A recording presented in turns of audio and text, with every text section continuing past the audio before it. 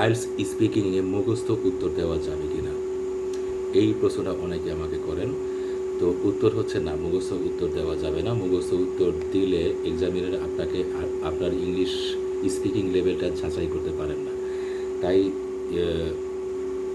ওনারা যখন বুঝবেন যে আপনি মুখস্থ উত্তর দিচ্ছেন, বুঝে গেলে উনি আপনাকে থামিয়ে দিবেন। উনি আপনাকে বলবেন থ্যাংক ইউ বলে আপনাকে থামিয়ে দিবেন।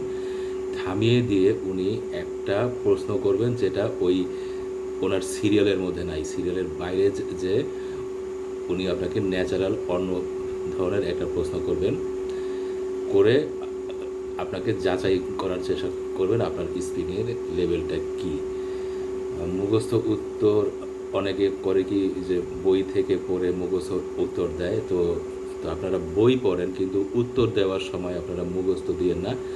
আপনারা বই পড়ে নোট করে বুঝেন যে আপনি কী উত্তরটা দিবেন, সেটা নিজের ভাষায় নিজের মতো করে আপনি বানিয়ে দিবেন, সেক্ষেত্রে কোনো সমস্যা হবে না। Thank you very much.